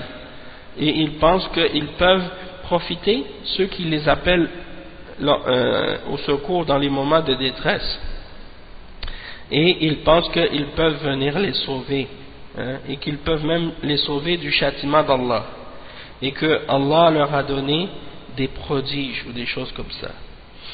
Et vous voyez que parmi les gens qui ont cette idée-là, parmi les gens qui pensent cette idée-là que la personne mentionne dans cette question, c'est-à-dire que de dire que les Rafidah, ils ont seulement des divergences dans les branches de la pratique religieuse, mais pas dans les fondements. Il y a par exemple Yusuf al-Qardawi qui dit ça, et avant lui il y avait aussi Mohammed al-Ghazali, celui qui est mort dernièrement là, dans ce siècle, et qui fait partie aussi des Ikhwan. Et il y a le fondateur de la secte des frères musulmans, Ikhwan al-Muslimoun, qui lui aussi avait cette idée, Hassan al-Banna, qui fait partie de ceux qui disaient à propos des Rafidah qu'ils ont juste des divergences dans certaines pratiques religieuses, que c'est un madhab différent, mais que dans les fondements on est tous d'accord, on est tous ensemble. Et ça c'est des mensonges de la part de ces gens-là. Et en même temps, la raison pour laquelle ils considèrent qu'il n'y a pas de divergence dans les fondements, c'est parce que eux ils font la même chose que les Rafidah. C'est-à-dire que les Rafidah, eux, ils exagèrent à propos de Ali radiallahu anhu et de Al-Hassan ou Al-Hussein ou Ahlul Bayt, et ils les adorent en dehors d'Allah, tandis que eux, ces gens-là qui sont des soufis, comme Hassan al-Banna et d'autres, eux, ils exagèrent à propos de leur shuyukh soufis et de leurs saints. Ils vont à leur tombe et ils les appellent en dehors d'Allah, et ils font l'exagération avec le prophète sallallahu alayhi wa sallam, ils font plein d'actes de shirk, et ils ont plein de croyances de shirk, et ils ne condamnent pas le shirk que font les soufis et les autres parmi les gens d'égarement dans la Ummah. Donc c'est normal que par la suite ils vont dire à propos des Rafidah qu'ils n'ont pas de divergence dans les fondements, puisque eux-mêmes ils ont les mêmes fondements que les Rafidah par rapport à leurs bid'a et leurs égarements eux aussi. Donc, c'est pour ça qu'ils s'excusent les uns les autres. Ils s'excusent les uns les autres dans leurs égarements, parce que eux-mêmes ils sont en accord avec le shirk que font les Rafidah, et ils font la même chose qu'eux. Allah al-Musta'an. Donc, le cheikh il dit, ensuite il dit, certains d'entre les Rafidah, ils croient même que Ali, radiyallahu anhu, ils croient que c'est un prophète. Il croit que c'était lui qui devait être le prophète, et que Jibril a trahi le message, au lieu de donner le message à Ali radiallahu anhu, il l'a donné au prophète Mohammed sallallahu alayhi wa sallam. Donc pour eux Jibril c'est un traître, à cause de ça, et ils l'appellent le traître en parlant de Jibril. Et certains d'entre eux ils exagèrent même à ce sujet là, et ils invoquent Ali. Ils appellent Ali dans les moments de détresse pour qu'il vienne les libérer, les délivrer. Et ils disent Ya Ali, Ya Ali. Ils appellent Ali pour qu'il vienne les sauver. Et des fois, parfois, quand un d'entre eux il va s'asseoir, il dit Ya Hussein, Ya Hussein, Ya Fatima. De la même manière que nous on dit Ya Allah. Nous, quand on a besoin d'appeler Allah, on dit Ya Allah, unsurna, Ya Allah, arifna. Eux ils disent la même chose, mais au lieu de dire Allah, ils disent Ya Ali, Ya Hussein. Et les soufis disent Ya Abdel Qadir, Ya Rifa'i, Ya Shadhili, Ya Ahmed Tijani, et ainsi de suite. Au lieu de dire Ya Allah, est-ce que c'est difficile de dire Ya Allah? Pourquoi vous laissez Allah et puis vous demandez à des créatures? C'est comme les soufis qui disent Ya Muhammad, Allah al-Musta'an. Au lieu de dire Ya Allah seulement. Hein? Et même dans certaines mosquées, tu vois, ils ont écrit sur le mur Ya Allah et à côté Ya Muhammad. Hein? La même écriture, comme si c'est la même chose. Tu appelles Allah ou bien tu appelles Muhammad, pour eux c'est la même chose. A'udhu billah. Ça c'est le shirk. Donc le cheikh dit ensuite توجد بعض الكتب في الأسواق والمكتبات تقرر أن مذهب السلف هو تفويض المعاني والكيفية. الجواب لا، تفويض الكيفية فقط.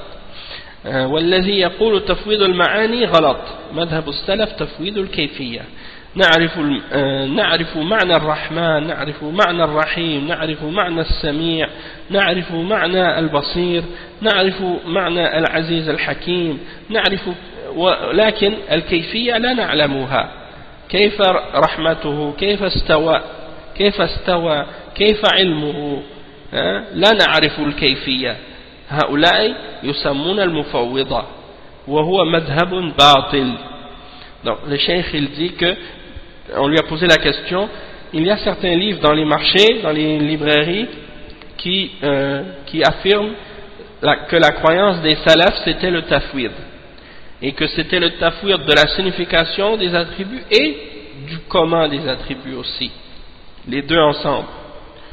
Donc le cheikh il répond, il dit non, le tafwid du comment seulement, c'est seulement le madhab des salafs, c'est de faire le tafwid du comment, mais pas de la signification, parce que le tafwid de la signification c'est une erreur, hein? La voie des salafs c'est de faire le tafwid du comment, parce qu'on connaît la signification de Ar-Rahman, qu'est-ce que ça veut dire, on sait qu'est-ce que ça veut dire Ar-Rahim, on sait qu'est-ce que ça veut dire As-Sami', on sait qu'est-ce que ça veut dire Al-Basir, on sait qu'est-ce que veut dire Al-Aziz Al-Hakim, mais le comment on ne sait pas. On ne sait pas comment est la miséricorde d'Allah, comment il s'est élevé au-dessus du trône, comment est sa science, hein? On ne connaît pas le comment. Donc ceux qui disent que le tafwid des salafs c'est de nier la signification, ça c'est ce qu'on appelle al-mufawwida, hein? Et ça c'est une croyance qui est totalement fausse. Pourtant tu vois aujourd'hui les gens de bid'a comme les Asha'ira, hein, les Maturidiyya, hein, ils font le tafwid. Et même tu vois par exemple dans les livres des Ikhwan, comme Hassan al-Banna, il a écrit un livre qui s'appelle Al-Aqa'id, et dedans il attribue le tafwid au salaf. Il attribue le tafwid au salaf. Et il prétend que le tafwid des salaf c'était de nier la signification des attributs. Et ça c'est totalement faux, et c'est un mensonge contre les salafs, hein, puisqu'ils connaissaient la signification. Qu'est-ce qu'ils niaient? C'est le comment, hein, des attributs. Comme l'imam Malik, rahimahullah, comment il l'a dit, al-istiwa'u ma'loum, wal-kayfu majhoul, wal-imanu bihi wajib, wal-su'alu anhu bid'ah. Donc l'imam Malik, il a dit cette parole célèbre, hein, donc il a dit l'istiwa, le fait qu'Allah est élevé au-dessus du trône, ça c'est quelque chose qui est connu dans la langue arabe, on sait sa signification, et le comment est inconnu, c'est ça qu'on ignore, on ignore le comment. Et c'est obligatoire d'y croire, et de poser ce genre de questions à propos des attributs, du comment, ça c'est une innovation. Donc c'est ça la voie des salafs, c'est d'affirmer les attributs telles qu'elles sont, et d'admettre et de reconnaître leur signification, mais de nier le comment. C'est-à-dire, pas de nier le comment dans le sens que il n'y a pas de comment. De nier le comment, c'est-à-dire de nier la connaissance du comment.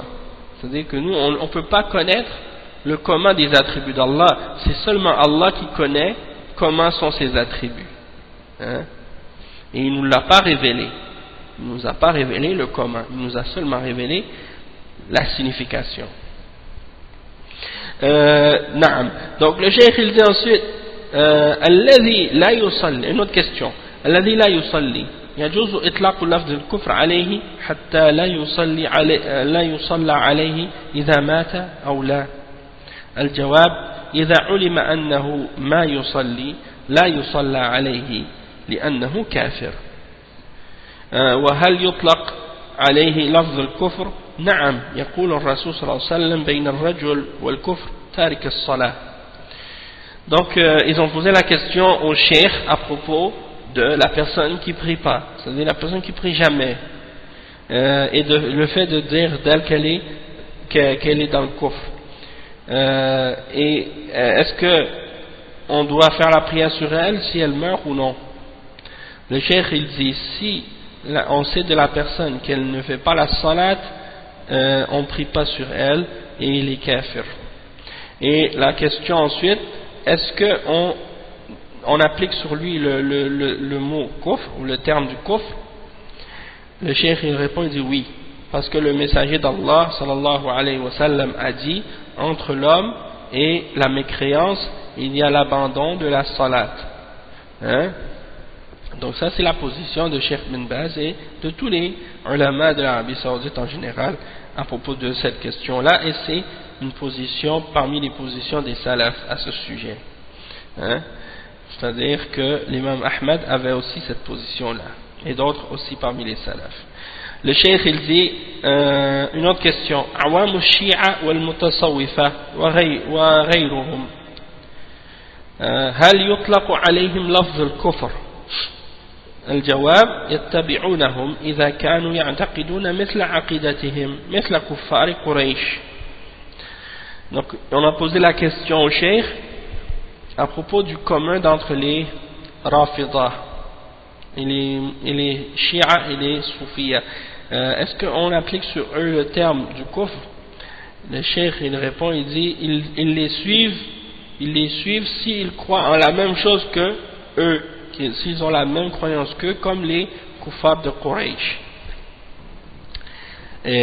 Ensuite la question, إذا كان يدافع عن الروافض جهلا بمذهبهم وإذا بينت له يقول أنت متعصب ولا يريد أن يسمع. الجواب قال الشيخ جهل إما جهلا وإما تعصبا والغالب التعصب. Donc ici la personne a posé la question, ici la personne défend les Rafidah par ignorance de leur croyance ou de leur religion, et si on leur explique ça, il dit toi tu es un fanatique, ou bien il veut pas entendre. Le cheikh il dit soit qu'il dit ça par ignorance ou parce qu'il il suit aveuglément, il suit fanatiquement, et la plupart du temps c'est comme ça, les gens suivent avec fanatisme, avec ignorance, avec fanatisme, aveuglément. Même s'ils savent la vérité, ils ne veulent pas accepter. Une autre question, yakfur ya sheikh هذا التعصب؟ الجواب نعم، مثل الذي يدافع عن أبي جهل وعتبة ابن أبي ربيعة. Donc il dit celui qui défend ces gens-là avec fanatisme, est-ce qu'il devient mécréant? Oui, il dit oui, c'est comme celui qui défend Abu Jahl et Utba ibn Abi Rabi'a, qui défend ceux qui font ce genre de shirk. C'est la même chose. سؤال يا شيخ ما يعرف عقائدهم ولا يعرف أن يسمع. الجواب يبين له عقيدتهم ويقال له أما تعرف يدعون علي يستغيثون بأهل البيت ينظرون لهم، هذه عقيدتهم مثل ما تفعل قريش مع اللات والعزى ومنات وهبل والأصنام التي عند الكعبة من الدعاء والاستغاثة بهم. Donc la personne pose la question, continue sur le même sujet, dit, Cheikh, la personne qui dit ça, qui les défend, il ne connaît pas leur croyance, il ne veut pas entendre la réponse. Le Cheikh dit, on lui clarifie leur croyance, on leur dit, ne sais-tu pas qu'ils invoquent Ali, qu'ils appellent au secours les descendants de la famille du prophète sallallahu alayhi wa sallam, qu'ils font des vœux pour eux, c'est ça leur aqidah. Comme ce que faisait Quraysh avec Allat, Wal-Uzza, Wa-Manat et Hubal et les autres idoles qui étaient auprès de la Kaaba, c'est comme par exemple les adorations qu'ils leur offraient, comme l'invocation et le fait d'appeler au secours et des choses de ce genre. Une autre question ensuite.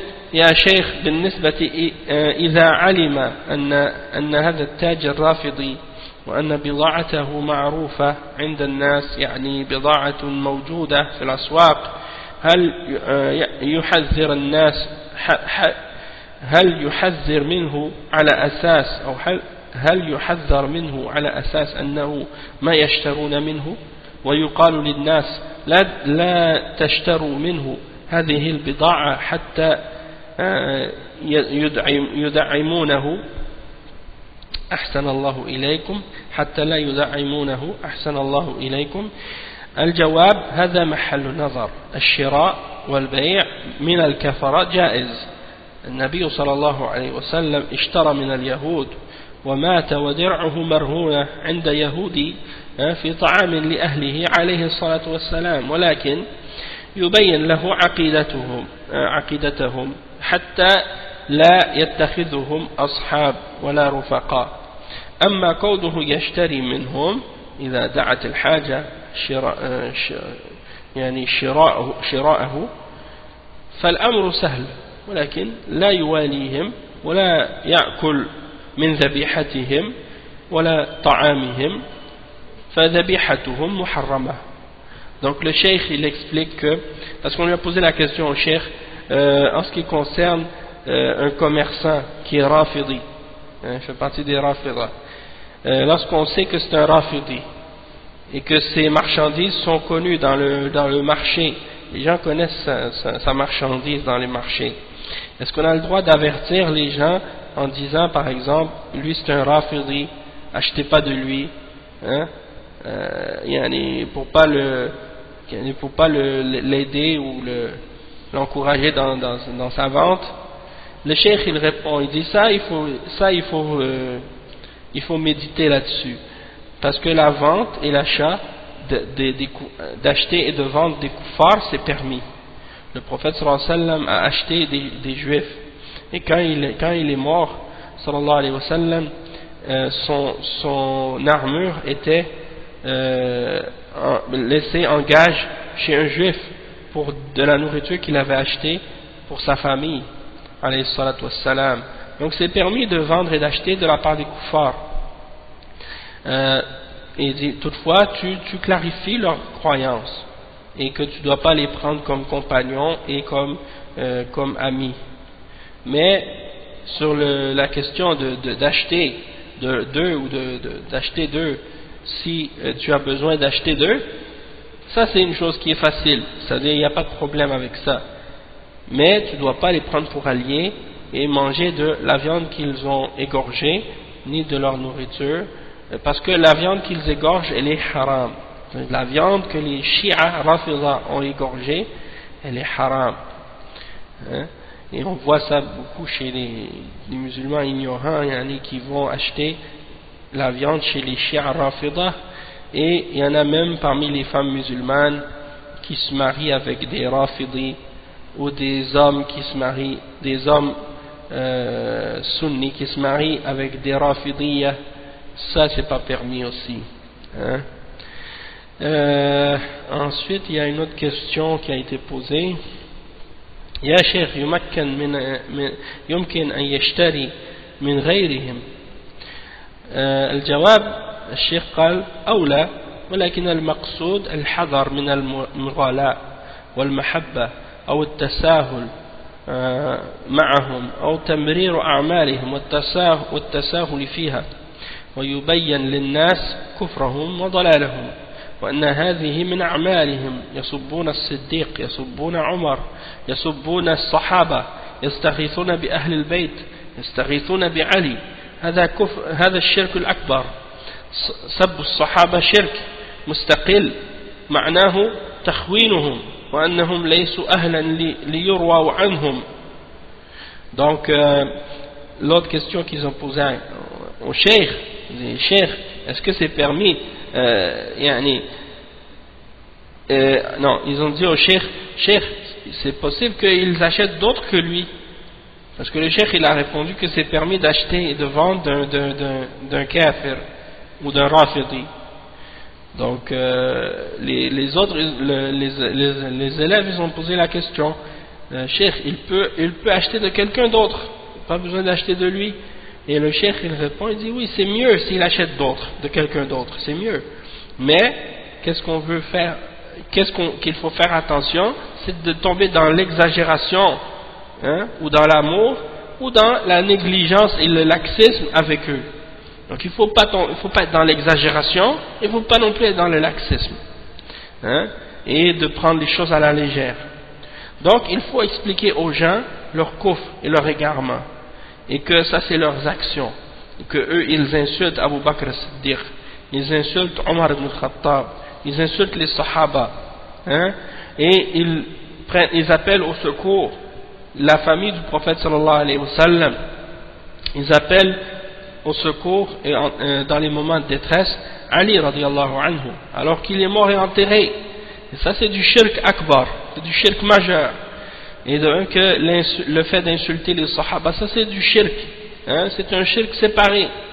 Ça signifie qu'ils considèrent que tous les sahaba sont des traîtres pour eux, et qu'il n'y en a pas un d'entre eux qui mérite qu'on rapporte quoi que ce soit de lui, hein. Donc ça veut dire qu'il n'y a plus de religion.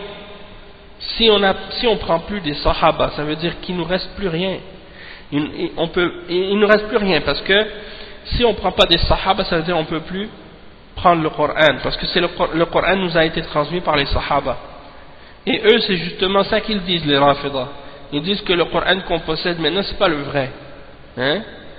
Et on ne peut plus prendre les hadiths, puisque eux, ils ont déclaré les sahaba kuffar, hein, et qu'ils les insultent, ils les accusent d'être des traîtres. Alors, il reste quoi comme religion après, hein? Donc la raison pourquoi ils attaquent les sahaba, c'est parce qu'ils ne peuvent pas attaquer le prophète sallallahu alayhi wa sallam directement, alors ils veulent détruire l'islam indirectement en attaquant les sahaba du prophète sallallahu alayhi wa sallam, hein, et en prétendant, hein, de façon mensongère d'aimer la famille du prophète sallallahu alayhi wa sallam. Et ça c'est un mensonge, puisque les sahaba aimaient la famille du prophète sallallahu alayhi wa sallam, et la famille du prophète sallallahu alayhi wa sallam aimait les sahaba, hein, et ils s'aimaient les uns les autres, et ils étaient des frères les uns les autres. Et nous on aime Ahlul Bayt, mais pour eux, pour les Rafidah, si tu les adores pas en dehors d'Allah, tu ne les aimes pas. Pour que tu les aimes, il faut que tu fasses le shirk avec eux, comme les chrétiens. Les chrétiens ils disent, si tu adores pas Jésus, ça veut dire que tu crois pas en lui. Et nous on dit, nous on croit en Isa ibn Maryam, hein, on croit en lui. Eux ils disent, non, vous croyez pas en lui parce que vous croyez pas que c'est Dieu, ou fils de Dieu, hein, ou que vous l'adorez pas en dehors d'Allah, hein, ou que vous l'adorez pas en tant que Dieu. Mais nous on dit, non, c'est pas vrai. On croit en lui, sauf que vous, qu'est-ce que vous dites à propos de lui, qu'il est Dieu, ou fils de Dieu, ou de Trinité, ou des choses comme ça, ça c'est des mensonges que vous avez inventés à son sujet. Mais le fait qu'on ne l'adore pas et qu'on ne croit pas en lui comme étant un fils de Dieu, ou Dieu incarné, ou des choses comme ça, ça ne veut pas dire qu'on ne croit pas en lui. Mais les Rafidah, c'est la même chose à propos de la famille du prophète sallallahu alayhi wa sallam. Ils disent, ah, vous les adorez pas, ça veut dire que vous n'avez pas cru en eux. Vous exagérez pas vis-à-vis d'eux, ça veut dire que vous n'êtes pas des gens qui vous respectez pas Ahlul Bayt. Donc ça c'est des mensonges. Le cheikh il dit ensuite, on va lire une dernière question, après on va s'arrêter. إذا نصح رافضي في العمل ولم يستجب وقال أنا ما تهمني هذه الأمور مع رفع أمره إلى ولاة الأمر، فإذا جاءت وقت الصلاة وما صلى هل يؤمر أن يترك ويعامل معاملة الكافر؟ الجواب هو يدعي الإسلام فيؤمر بالصلاة ويبغض ويعادى في الله ويهجر. أي نعم. Donc quelqu'un a posé la question, ils ont dit on a donné la nasiha à un rafidi au travail, mais il n'a pas écouté, et il a dit ça me concerne pas, ou ça m'intéresse pas, ces affaires là ne m'intéressent pas. On a ramené son cas aux dirigeants, hein, et puis quand vient le temps de la prière, il ne fait pas la prière. Est-ce qu'on doit leur donner de la faire, ou bien on doit le laisser, ou bien on doit le laisser et on agit avec lui comme on agit avec un kafir. Et le cheikh il répond, il dit, celui-là il se dit musulman, il dit appartenir à l'islam, donc il doit être ordonné de faire la salat, et il doit être détesté, et on doit avoir de l'animosité pour lui en Allah, et le boycotter ou le délaisser.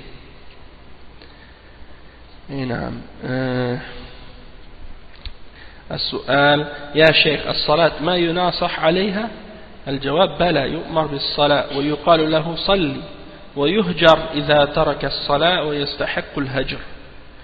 Donc le cheikh il dit la question au cheikh, on ne lui donne pas la nasiha pour la salat, et il a répondu, il a dit oui, il doit être ordonné de faire la salat. On lui dit fais la salat, et on doit le délaisser s'il abandonne la salat, on doit le boycotter. Ensuite une autre question qui est plus rapide, plus courte. ما حكم من سب الدين أحسن الله إليكم؟ الجواب سب الدين كفر بالله، سب الرسول صلى الله عليه وسلم سب الدين، سب الله كفر مستقل، سب الصحابة جميعا كفر مستقل. Donc le cheikh il répond, on lui a posé la question, quel est le verdict de celui qui insulte la religion? Il répond, il dit, l'insulte de la religion c'est kufr, c'est renier la foi en Allah, c'est un reniement de la foi en Allah. Et l'insulte du prophète, du messager sallallahu alayhi wa sallam, l'insulte de la religion, l'insulte d'Allah, c'est un kufr séparé, ça aussi. Et le fait d'insulter les sahaba, tous les sahaba, ça aussi c'est un kufr. Donc celui qui insulte les sahaba, il a mécru. C'est un kufr indépendant aussi, et séparé. Et donc on va s'arrêter ici, puis on continuera la suite dimanche prochain, Inch'Allah. Donc ça vient donc compléter notre cours d'aujourd'hui. سبحانك اللهم وبحمدك أشهد أن لا إله إلا أنت أستغفرك وأتوب إليك. بارك الله فيكم وجزاكم الله خيرا.